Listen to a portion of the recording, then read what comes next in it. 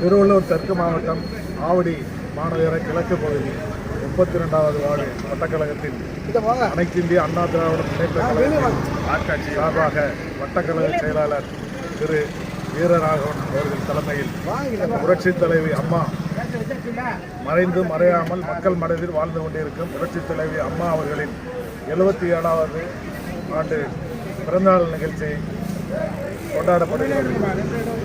ஏழை எளிய மக்களின் இதயங்களில் சிம்மாசனம் வைத்திருக்கும் புரட்சித் தலைவி அம்மா அவர்களின் பிறந்தநாள் விழாவை இது மக்கள் கொண்டாடுகிற ஒரு நாளாக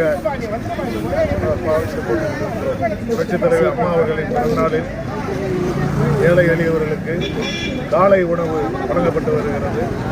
புரட்சித் தலைவர் எம்ஜிஆர், புரட்சித் தலைவி அம்மா அவர்களின் நல்லாட்சியோடு புரட்சித் தமிழர் எடப்பாடியார் அவர்களின் தலைமையில் 2026 தமிழக சட்டமன்றத்தில் ஜெயிச்சாத் கோட்டையில் கொடியேற்றி ஆட்சி அமைப்பது உறுதி என மக்களுக்கு முடிவெடுத்து விட்டார்கள்.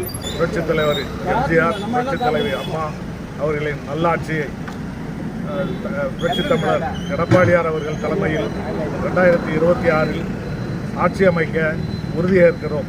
லைக் பண்ணுங்க, ஷேர் பண்ணுங்க, சப்ஸ்கிரைப் பண்ணுங்க.